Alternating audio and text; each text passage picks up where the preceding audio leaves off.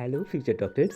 I welcome you all to this wonderful platform of Kata and Aspirants. So students, आज की इस video बहुत ही ज़्यादा इंटरेस्टिंग होने वाला है। इस वीडियो सीरीज में हम बायोलॉजिकल क्लासिफिकेशन से पूछे गए प्रीवियस 11 ईयर्स के क्वेश्चन को इन डिटेल्स डिस्कस करने वाले हैं। देखो, बायोलॉजिकल क्लासिफिकेशन की जो पीओआईक्यूज है उनको हमने दो हिस्सों में डिवाइड किया है। पहला जो पार्ट है उस पार्ट में हम लोग 2023 से लेकर 2018 तक जो भी पीओआईक्यूज पूछा गया है उनको इन डिटेल्स डिस्कस करने वाले हैं। एंड पार्ट टू में हम लोग 2017 से लेकर 2013 तक जो भी पीओआईक्यूज है उनको इन डिटेल्स डिस्कस करने वाले हैं, ठीक है ना। और इसके साथ साथ क्वेश्चन को डिस्कस तो करेंगे ही, इसके साथ साथ हम लोग टॉपिक्स को भी थोड़ा बहुत समझते हुए चलेंगे। बिसाइड्स दैट हमने क्या किया है, जो भी टॉपिक्स से ये क्वेश्चन पूछा गया है, मतलब जैसे कि ये वाला जो क्वेश्चन है, ये वाला क्वेश्चन आपके एकदम लास्ट पोर्शन, मतलब बायोलॉजिकल क्लासिफिकेशन के एकदम लास्ट पोर्शन जो है वायरस एंड वायरस, उसके ऊपर बेस्ड क्वेश्चन, ये वाला क्वेश्चन पूछा गया है। तो इसी टॉपिक पे नीट 2024 एंड 2025 में क्या मोस्ट प्रोबेबल क्वेश्चन बन सकता है, इसी टॉपिक के ऊपर इसी क्वेश्चन पैटर्न को ध्यान में रखते हुए एनसीईआरटी बेस्ड क्या क्वेश्चन पूछा जा सकता है, उस क्वेश्चन का एक प्रेडिक्शन हमने यहाँ पे दिया है। ऐसा भी हो सकता है कि ये क्वेश्चन डायरेक्ट पूछ दिया, या फिर ऐसा भी हो सकता है कि इसी को घुमा के इधर उधर करके क्वेश्चन पूछ रहा है। तो बहुत ही ज्यादा इंटरेस्टिंग ये वीडियो होने वाला है। देखो,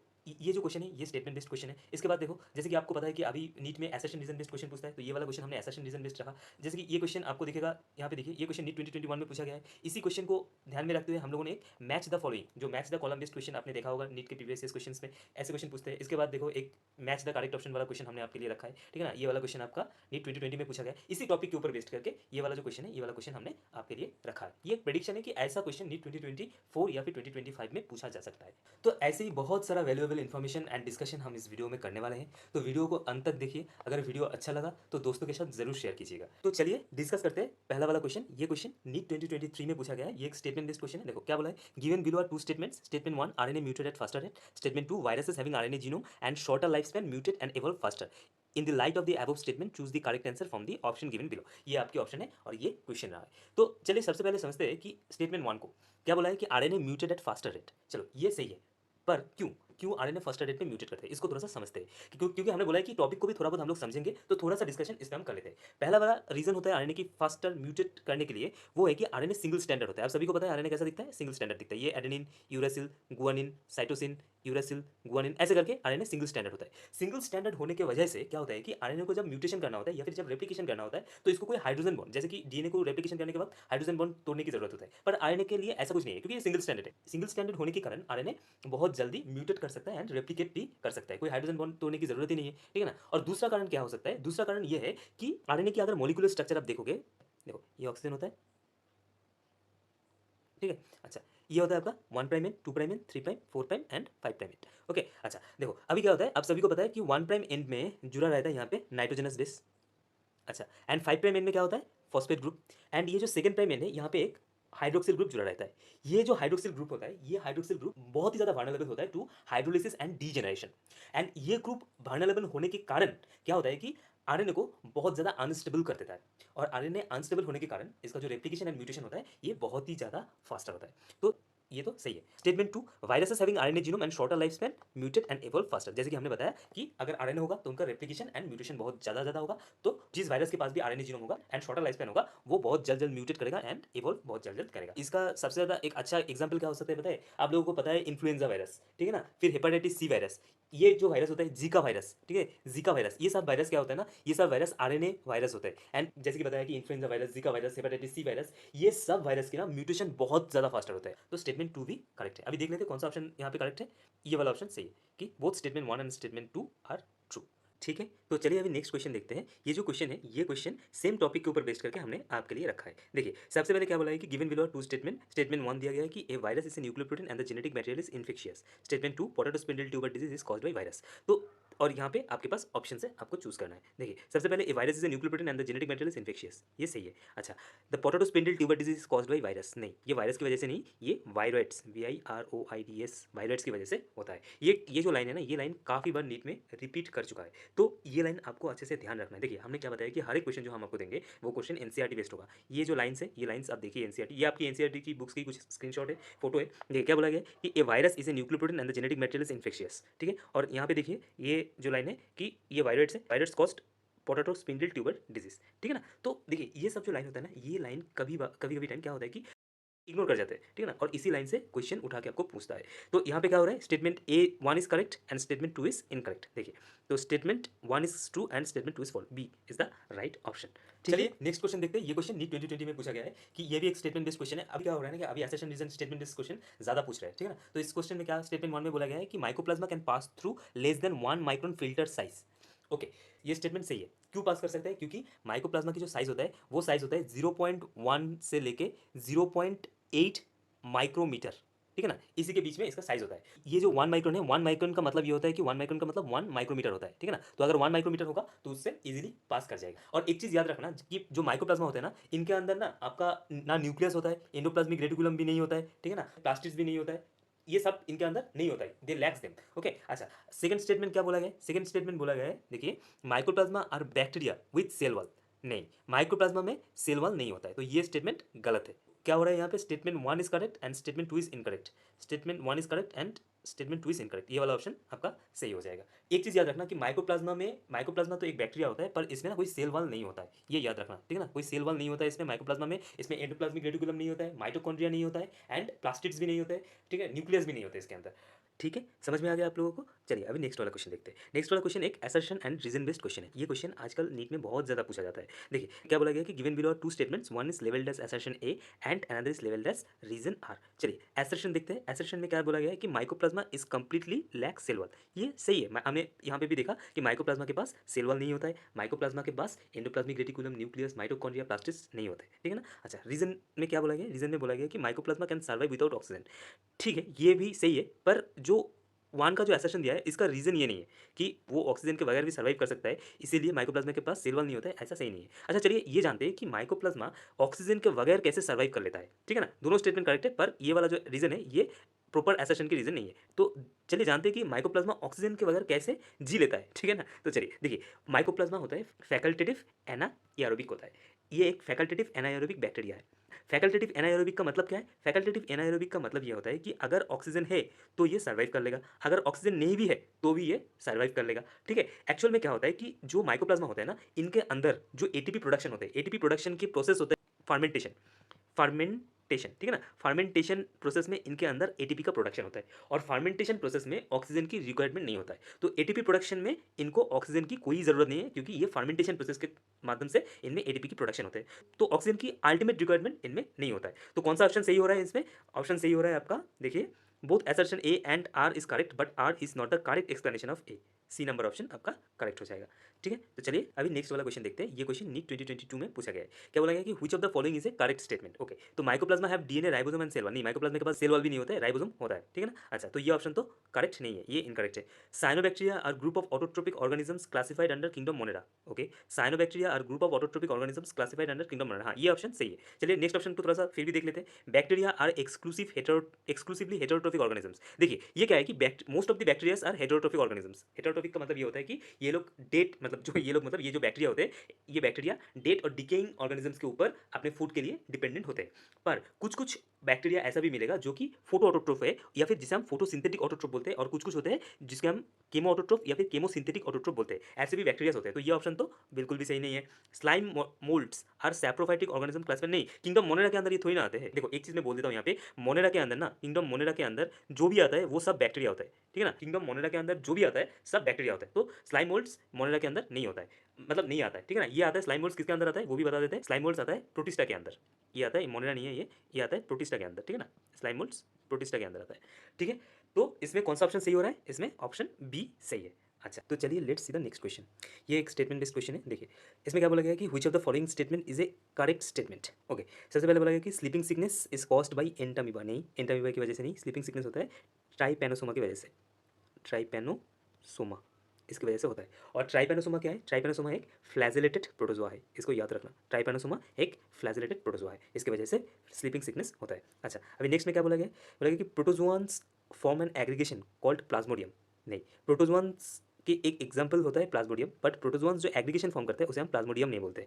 देखो जो एग्रीगेशन होता है जिसे हम प्लाज्मोडियम बोलते हैं, ये एग्रीगेशन फॉर्म करता है स्लाइम मोल्ड्स, ठीक है ना? स्लाइम मोल्ड्स ये एग्रीगेशन फॉर्म करता है, स्लाइम मोल्ड्स एक एग्रीगेशन फॉर्म करता है जिसे हम प्लाज्मोडियम बोलते हैं। और प्रोटोजोआन्स कि एक एग्जाम्पल होता है प्लाज्मोडियम, आपने प्लाज्मोडियम फैल्सिपेरम, प्लाज्मोडियम वाइवेक्स के बारे में सुना है, वो एक एग्जाम्पल होते हैं प्रोटोजोन्स के।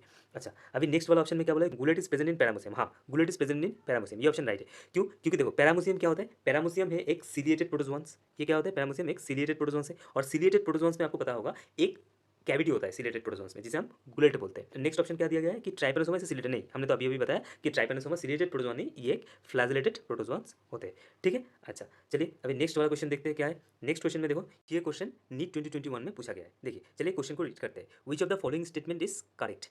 ओके अच्छा, सबसे पहले बोला गया कि fusion of two cell is called karyogamy. नहीं, टू सेल की फ्यूजन को हम नहीं, टू न्यूक्लियर की फ्यूजन को हम कैरियोगेमी बोलते हैं। Fusion of protoplasm between two motile और non motile gamete is called plasmogamy.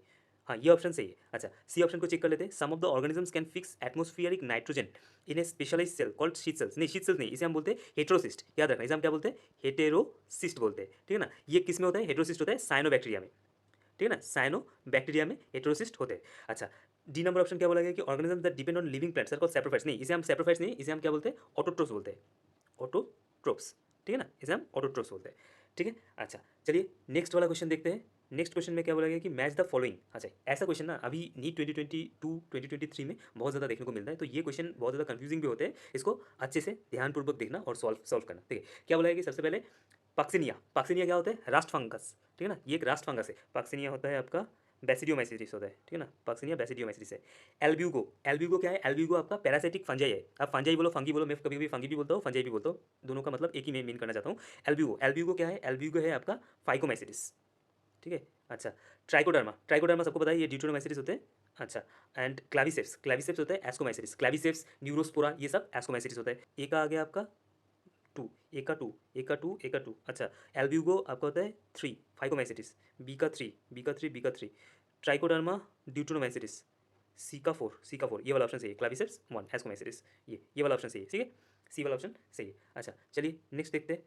ये क्वेश्चन नीट 2020 में पूछा गया है। देखिए, which of the following is correct about viroids. Viroids के बारे में क्या करेक्ट है। ठीक है, they have free RNA with protein code, ये सही है। They have free RNA with protein code. NEET 2020 में थोड़ा सा इजी क्वेश्चन पूछा गया था। They have DNA with protein code, नहीं, ये तो ऑप्शन कभी सही नहीं है। Which of the they have free DNA with protein without protein code, नहीं, डीएनए तो होते ही नहीं है इसके अंदर। They have RNA with protein code, नहीं, प्रोटीन कोड नहीं होता है, तो वन, इसका ए नंबर ऑप्शन करेक्ट है। ठीक है, चलिए नेक्स्ट क्वेश्चन देखते हैं। नेक्स्ट क्वेश्चन देखिए, इसमें भी वही एक मतलब ऐसा क्वेश्चन भी अभी ना नीट में बहुत ज़्यादा पूछा जाता है कि ऑप्शन देके बोलते हैं कि चार पांच ऑप्शन देता है या फिर थोड़ा सा इधर उधर करके ऑप्शन देते हैं और पूछा जाता है कि कौन सा ऑप्शन करेक्ट है बताइए। ठीक है, तो देखिए क्वेश्चन ये है कि which of the following disease is not caused by virus. कौन सा डिजीज वायरस की वजह से नहीं होते। चलिए देखते हैं। सबसे पहले लगा कि हार्पिस, हार्पिस तो वायरस की वजह से होता है। एड्स भी वायरस की वजह से होते हैं। मलेरिया नहीं होता है। मलेरिया आपको पता है, मलेरिया प्लाज्मोडियम की वजह से होता है, जो कि एक स्पोरोजोन है।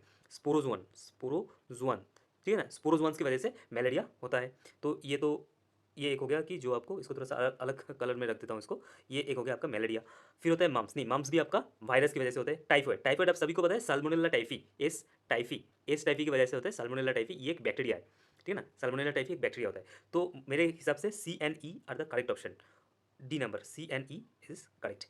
डी नंबर सही है। अभी आपको समझ में आ गया ना, हर्पीस, एड्स, मम्स, ये सब आपका वायरस की वजह से होने वाला डिजीज है। मलेरिया होता है स्पोरोजोन्स की वजह से, एंड टाइफॉइड जो होता है वो होता है साल्मोनेला टाइफी, जो कि एक बैक्टीरिया है, इसकी वजह से होता है। अच्छा चलिए नेक्स्ट वाला क्वेश्चन देखते हैं। देखिए, ये क्वेश्चन में क्या पूछा गया है कि which of the following is incorrect about cyanobacteria. एक चीज याद रखना, यहाँ पे पूछा गया है कि which of the following is incorrect about cyanobacteria. Cyanobacteria के बारे में क्या इनकरेक्ट है, करेक्ट नहीं बोलना है हमें। दे आर फोटोऑटोट्रोफ्स, ये तो करेक्ट है जी, दे आर फोटोऑटोट्रोफ्स। ओके, अच्छा, दे लैक हेटेरोसिस्ट, नहीं, इनमें तो हेटेरोसिस्ट होते हैं। साइनोबैक्टीरिया में क्या होता है, हेटेरोसिस्ट होता है। हेटेरोसिस्ट का काम क्या होता है, they help in fix nitrogen, जो एटमॉस्फेरिक नाइट्रोजन होता है इनको फिक्स करने में हेल्प करता है ये हेटेरोसिस्ट। हेटेरोसिस्ट का काम ही यही होता है कि ये नाइट्रोजन को फिक्स करे। ठीक है, अच्छा, तो इनमें हेटेरोसिस्ट होते हैं। They often from blooms in polluted water bodies, ये भी सही है। They have chlorophyll A similar to the green plants, ये भी सही है। तो करेक्ट ऑप्शन कौन सा हो गया, दे लैक हेटेरोसिस्ट, क्योंकि इनमें हेटेरोसिस्ट होता है। अच्छा चलिए नेक्स्ट वाला क्वेश्चन देखते हैं।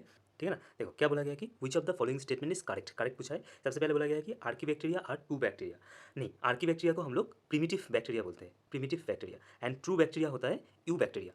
ठीक है ना, यू बैक्टीरिया जो होता है ये बैक्टीरिया ट्रू बैक्टीरिया होता है। नेक्स्ट ऑप्शन क्या बोला गया है कि नॉस्टोक इसे केमोसिंथेटिक ऑटोट्रोफिक बैक्टीरिया। नहीं, नॉस्टोक फोटोसिंथेटिक ऑटोट्रोफिक होता है, केमोसिंथेटिक नहीं। नॉस्टोक क्या होता है, फोटोसिंथेटिक ऑटोट्रोफिक बैक्टीरिया होते हैं। अच्छा, फिर क्या बोला गया है, इसको थोड़ा सा साफ कर देते हैं। फिर बोला गया कि nitrococcus help in recycling of the nitrogen, iron and sulphur. हाँ, ये सही है। देखो नाइट्रोकोक्कस, फिर नाइट्रोसोमोनास, नाइट्रोबैक्टर, ये क्या करता है कि आयरन एंड सल्फर, नाइट्रोजन इनकी रिसाइकलिंग में हेल्प करते हैं, ठीक है ना। नाइट्रोकोकस तो करता ही है, उसके साथ साथ नाइट्रोसोमोनास, नाइट्रोबैक्टीरिया भी करते हैं। तो ये वाला ऑप्शन सही है, सी ऑप्शन करेक्ट पूछा है तो सी सही है। फिर भी नेक्स्ट ऑप्शन को देख लेते हैं। हेटेरोसिस्ट इज प्रेजेंट इन आर्कीबैक्टीरियस, नहीं हेटेरोसिस्ट आर्कीबैक्टीरियस में नहीं होता है, हेटेरोसिस्ट होते हैं यू बैक्टीरियस में, ठीक है ना। यू बैक्टीरियस में हेटेरोसिस्ट होते हैं। अच्छा चलिए अभी नेक्स्ट वाला सवाल देख लेते हैं। ये क्वेश्चन 2019 में पूछा गया है। क्वेश्चन क्या है, which of the following statement is incorrect, incorrect पूछा है, ठीक है ना। अच्छा देखो क्या बोला है कि वायरस लैक प्रोटीन कोड, ये स्टेटमेंट तो करेक्ट है, वायरस में प्रोटीन कोड नहीं होता है। Viruses are obligate parasite, obligate parasite का मतलब ये होता है कि वायरस को अपना रेप्लिकेशन प्रोसेस कंप्लीट करने के लिए एक लिविंग सेल की ज़रूरत होता है। लिविंग सेल की ज़रूरत इसलिए होता है कि ताकि वायरस अपना रेप्लिकेशन प्रोसेस कंप्लीट कर सके। एक लिविंग सेल के बगैर वायरस अपना रेप्लिकेशन प्रोसेस कंप्लीट नहीं कर पाएगा, इसीलिए इसे हम लोग ऑब्लिगेट पैरासाइट बोलते हैं, ठीक है ना। अच्छा सी ऑप्शन है, infective constituent in viruses is the protein code, नहीं प्रोटीन कोड नहीं होता है, ये आरएनए होता है और किसी किसी केस में ये डीएनए भी हो सकता है, ठीक है ना। तो ये ऑप्शन सही है क्योंकि ये इनकरेक्ट है, स्टेटमेंट इनकरेक्ट है। अभी बोला गया कि prions consist of abnormally folded proteins, हाँ ये स्टेटमेंट भी सही है। आपको पियंस का एक बहुत ही गंदा वाला डिजीज, मतलब पियंस की वजह से एक बहुत ही गंदा वाला डिजीज होता है, आपको शायद पता होगा, वो है मैट काउ डिजीज। नहीं है तो पता नहीं है तो जान लीजिए, मैट काउ डिजीज, ये इसमें से ना क्वेश्चन पूछ सकता है।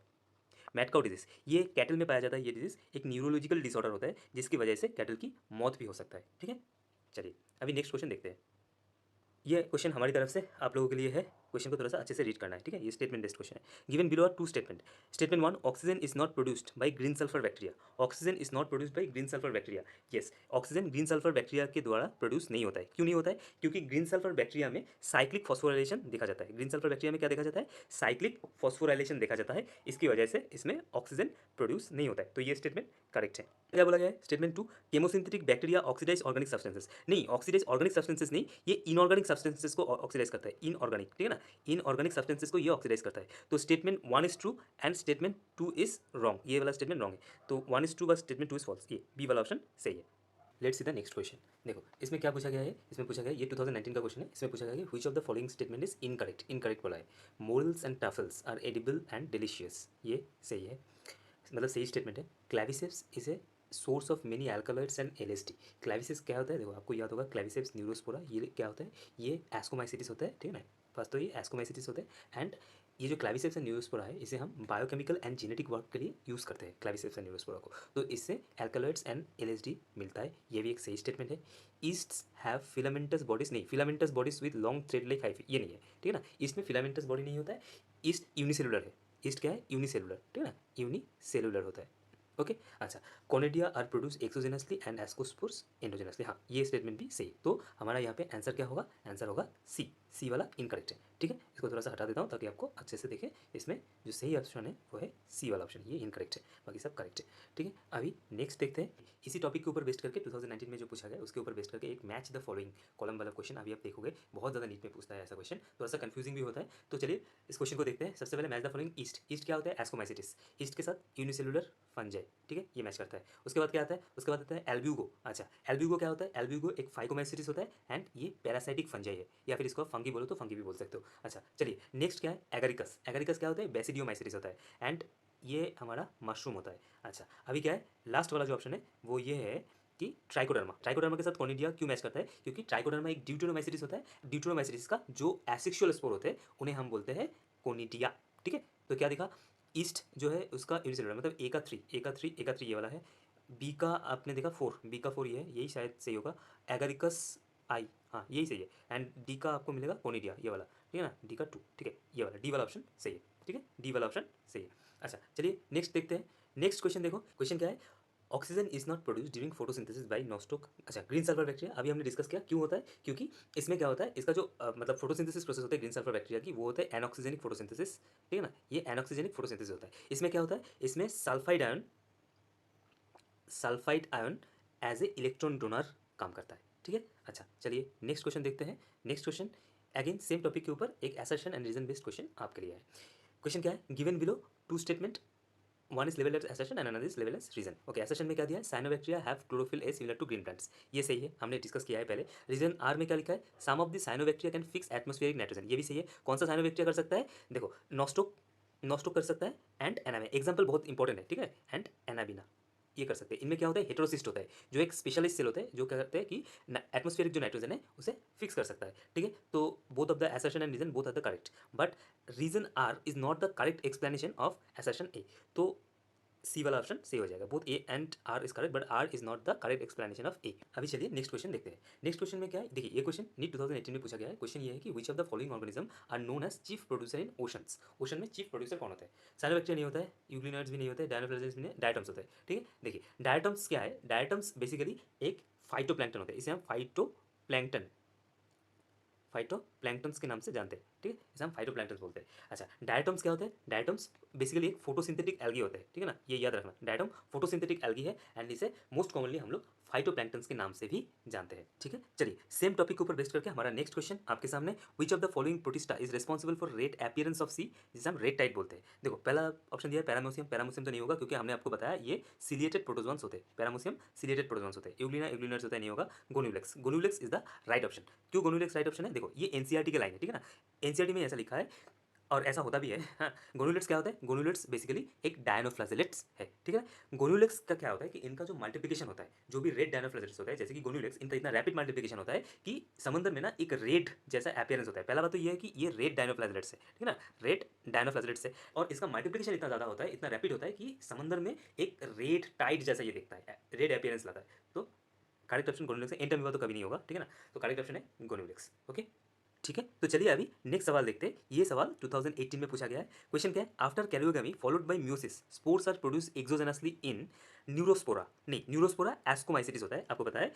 ऑल्टरनेरिया ड्यूटेरोमाइसिटिस होता है, इसमें भी नहीं होगा। बैसिडियोमाइसिटिस में होगा। Agaricus, Agaricus is the right option. Agaricus क्या होता है, बैसिडियोमाइसिटिस होता है, आपको पता है। और इसका जो स्पोर होता है उसे हम बोलते हैं बैसिडियोस्पोर, ठीक है ना, बैसिडियोस्पोर बोलते हैं। और ये बैसिडियोस्पोर क्या होता है, दे प्रोड्यूस एक्सोजेनसली ऑन बैसिडियम, ये एक्सोजेनसली प्रोड्यूस होता है किसके ऊपर, बैसिडियम के ऊपर, ठीक है। इसमें करेक्ट ऑप्शन कौन सा हो रहा है, करेक्ट ऑप्शन है एगरिकस, ठीक है ना। और सैक्रोमाइसिस क्या होता है, इसको हम ब्रूअर्स ईस्ट बोलते हैं, जिससे हम लोग वाइन मेकिंग में बहुत ज़्यादा यूज़ करते हैं, ठीक है। चलिए अभी नेक्स्ट क्वेश्चन देखते हैं। नेक्स्ट क्वेश्चन क्या है, on lichen role of fungi is, photosynthetic नहीं होता है, प्रोवाइड शेल्टर एंड मिनरल, हाँ ये सही है। देखिए लाइकन क्या होता है, लाइकन होता है एल्गी एंड फंगस कि एक एसोसिएशन होता है लाइकन। इसमें क्या होता है, इसमें एल्गी फंगस को शेल्टर प्रोवाइड करता है एंड बदले में फंगस एल्गी को जमीन से मिनरल्स को कलेक्ट करके ये एल्गी को देता है। अच्छा नेक्स्ट ऑप्शन, तो इसमें करेक्ट ऑप्शन कौन सा हो रहा है, इसमें करेक्ट ऑप्शन हो रहा है ये वाला बी, ठीक है ना। अच्छा नेक्स्ट ऑप्शन दिया है सिम्बायोटिक। चलिए सिम्बायोटिक के बारे में थोड़ा सा आपको बता देते हैं। सिम्बायोटिक एसोसिएशन क्या होता है, सिम्बायोटिक एसोसिएशन देखा जाता है जैसे कि एक एग्जांपल है राइजोबियम, ठीक है ना,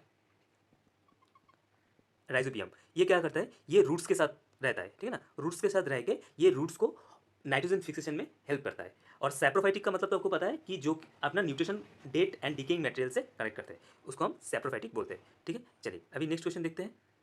ये जो क्वेश्चन है 2018 में पूछा गया है। क्वेश्चन क्या है, select the wrong statement, wrong बोला है, इसमें ध्यान देना।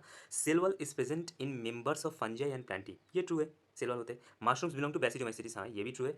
Pseudopodia locomotory and feeding structure in sporozoans, नहीं देखो क्या होता है, ये रॉन्ग है। स्पोरोजोन्स क्या होता है, स्पोरोजोन्स होते हैं प्रोटोजोन्स, ठीक है ना। तो स्पोरोजोन्स में ऐसा मूवमेंट के लिए कोई लोकोमोटरी ऑर्गन नहीं होता है, ठीक है। तो यहाँ पे जो सही ऑप्शन होगा वो है सी। अच्छा अभी नेक्स्ट ऑप्शन थोड़ा सा पढ़ लेते हैं, क्या बोला है, mitochondria are the powerhouse of the cell in all kingdoms except Monera, हाँ ये भी ट्रू है, ठीक है ना। तो करेक्ट ऑप्शन हो गया यहाँ पे सी। तो चलिए नेक्स्ट क्वेश्चन देखते हैं, सेम टॉपिक के ऊपर एक बेहतरीन क्वेश्चन आपके लिए हमारी तरफ से। देखिए क्या बोला गया है, given below are two statement, okay. Statement one, ascocarp is the diploid fruiting body in Aspergillus. अच्छा ये स्टेटमेंट तो सही है, ठीक है। अच्छा देखो क्या होता है कि एस्परजिलस, सबसे पहले तो एस्परजिलस आपको ये पता होना चाहिए ये कहाँ से बिलोंग करते हैं, एस्कोमाइसिटिस से बिलोंग करते हैं। अच्छा इस एस्परजिलस के जो सेक्सुअल स्पोर होते हैं उसे हम बोलते हैं एस्कोस्पोर, ठीक है ना, एस्कोस्पोर। अच्छा ये एस्कोस्पोर जो सैक लाइक स्ट्रक्चर में प्रोड्यूस होता है उसे हम बोलते हैं एस्कस, किस में प्रोड्यूस होता है ये, एस्कस, ठीक है। अच्छा ये जो एस्कस जिसके ऊपर ये एस्कस रहता है, अरेंज्ड होता है जिसके ऊपर है, उसे हम बोलते हैं एस्कोकार्प, ठीक है। ये आपको पता होना चाहिए कि जो एस्परजिलस के जो सेक्सुअल स्पोर होते हैं उसे हम एस्कोस्पोर बोलते हैं। इस एस्कोस्पोर जहाँ पे प्रोड्यूस होता है एक सैक लाइक स्ट्रक्चर उसे हम एस्कस बोलते हैं। और ये एस्कस जिसके ऊपर सुसज्जित होता है, मतलब जिसके ऊपर अरेंज्ड होता है, उसे हम एस्कोकार्प बोलते हैं, ठीक है ना। तो ये स्टेटमेंट सही है, ascocarp is the diploid fruiting body of Aspergillus. अभी नेक्स्ट ऑप्शन देख लेते हैं। नेक्स्ट ऑप्शन में क्या बोला है कि डाइकोरियन स्टेज एब्सेंट इन म्यूकोर, हाँ म्यूकोर फिकोमाइसिस होता है और इसमें डाइकोरियन स्टेज भी नहीं होता है, ठीक है। तो ये भी ट्रू हो गया। तो कौन सा ऑप्शन होगा, both statement one and two are true, ये डी वाला ऑप्शन सही है, ठीक है। चलिए अभी नेक्स्ट क्वेश्चन देखते हैं। देखिए ये क्वेश्चन नीट 2018 में पूछा गया है कि ciliates differ from all other protozoans in. अच्छा, ये क्वेश्चन थोड़ा सा एनसीईआरटी के बाहर का थोड़ा सा कॉन्सेप्ट से पूछा गया है। देखिए इसमें क्या है कि ciliates differ using flagella for locomotion, नहीं ये दोनों में होता है। अच्छा, और having contractile vacuole for remove, नहीं ये भी होता है। अच्छा, ciliates differ from all other protozoans in using pseudopodia for capturing prey, नहीं ये भी नहीं है। Having two types of nuclei, ये वाला ऑप्शन सही है। देखो क्या होता है कि दो तरह की न्यूक्लियाई पाया जाता है सीलियर्स में। एक होता है सोमाटिक, देखो दो तरह की न्यूक्लियाई होता है, एक होता है सोमाटिक, ठीक है ना, सोमाटिक, एक होता है सोमाटिक मैक्रो न्यूक्लियस, और एक होता है जार्मलाइन, ठीक है ना, ये थोड़ा सा एनसीईआरटी के बाहर है, जार्मलाइन माइक्रो न्यूक्लियस, ठीक है। एक होता है सोमाटिक मैक्रो न्यूक्लियस और एक होता है जार्मलाइन माइक्रो न्यूक्लियस, ये दो टाइप की न्यूक्लियाई इसमें सीलियर्स में पाया जाता है, ठीक है। तो करेक्ट ऑप्शन हो गया आपका डी वाला, ठीक है। चलिए नेक्स्ट क्वेश्चन देखते हैं। देखिए विच, यहाँ पे मैं थोड़ा सा गलत लिखा था, फिर मैंने इसको करेक्ट कर दिया। Which is not correctly matched, ठीक है। करेक्टली मैच कौन सा नहीं है? डायटॉम में क्लोरोफिल ए होता है, इब्लिनर्स में क्लोरोफिल बी क्लोरोफिल ए दोनों ही होता है, तो ये भी करेक्टली मैच्ड है। Slime module parasitic, slime module parasitic, नहीं स्लाइम मॉड्यूल पैरासाइटिक नहीं होता, ये होता है सैप्रोफाइटिक, ठीक है ना, सैप्रोफाइटिक। स्लाइम मॉड्यूल सैप्रोफाइटिक होता है, तो यहाँ पे correct is not correctly matched, तो मतलब इनकरेक्टली मैच्ड, ये सी वाला ऑप्शन सही है। इसका आंसर होगा आपका सी, ठीक है। चलिए तो इसी के साथ साथ आज का सेशन हमारा समाप्त होता है यहीं पे। आशा करता हूँ जो भी टॉपिक, जो भी क्वेश्चन हमने डिस्कस किए, सारा का सारा क्वेश्चन का कॉन्सेप्ट आपके दिमाग में हमने क्रिस्टल क्लियर कर दिया। अगर ये वीडियो आपको अच्छा लगा तो एक लाइक तो बनता है, एक लाइक कर देना। और देखो ये जस्ट शुरुआत है, हमने शुरू किया है बायोलॉजिकल क्लासिफिकेशन से, ठीक है ना। इसके बाद आएगा प्लांट किंगडम के बारे में हम बात करेंगे, उसके बाद एनिमल किंगडम, ऐसे करके ना हर एक टॉपिक को हमारा जो टारगेट है वो हम 6 मंथ्स भी नहीं, हमने सोचा है कि दिसंबर की एंड तक या फिर जनवरी की फर्स्ट वीक के अंदर अंदर हम पीओआईक्यूज को कंप्लीट कर देगा। उसके साथ साथ थोड़ा बहुत डिस्कशन भी, जैसे यहाँ पे जैसे हर क्वेश्चन में हमने डिस्कस किए, डिस्कस इसीलिए जरूरी है क्योंकि क्वेश्चन को घुमा फिरा के ही नीट में पूछा जाता है, ठीक है ना। अगर आप सही ढंग से एनालाइज करोगे तो उसी क्वेश्चन को थोड़ा सा घुमा फिरा के ही पूछता है, ठीक है ना, या फिर उसी टॉपिक के ऊपर से क्वेश्चन पूछते हैं। तो इसीलिए हमने एक एक क्वेश्चन आपके लिए उसी टॉपिक के ऊपर से रखा है ताकि आपको कॉन्सेप्ट और भी ज़्यादा अच्छे से समझ आए। तो अगर ये जो पूरा सेशन है अगर आपको अच्छा लगा तो वीडियो को लाइक करना, चैनल को सब्सक्राइब करके बेल आइकन को प्रेस करना, क्योंकि ऐसे ही बहुत सारा इसका पार्ट 2 आने वाला है। जैसे आपको बताया, हमने प्लान बताया, थोड़ा सा प्लान करके हम लोग चल रहे हैं। मेंबर्स कम है इसलिए थोड़ा टाइम लग रहा है वीडियो आने में। हमारा जो टारगेट है जनवरी के फर्स्ट वीक के अंदर अंदर, दिसंबर के लास्ट वीक से जनवरी के फर्स्ट वीक के अंदर अंदर सारा का सारा पीवाईक्यूज बायोलॉजी के आपका कंप्लीट हो जाएगा। इसके साथ साथ हमने टारगेट किया केमिस्ट्री एंड फिजिक्स के भी पीवाईक्यूज कंप्लीट करने के लिए, ठीक है। तो अगर वीडियो अच्छा लगा लाइक करना, दोस्तों के साथ शेयर करना और चैनल को जरूर सब्सक्राइब करना।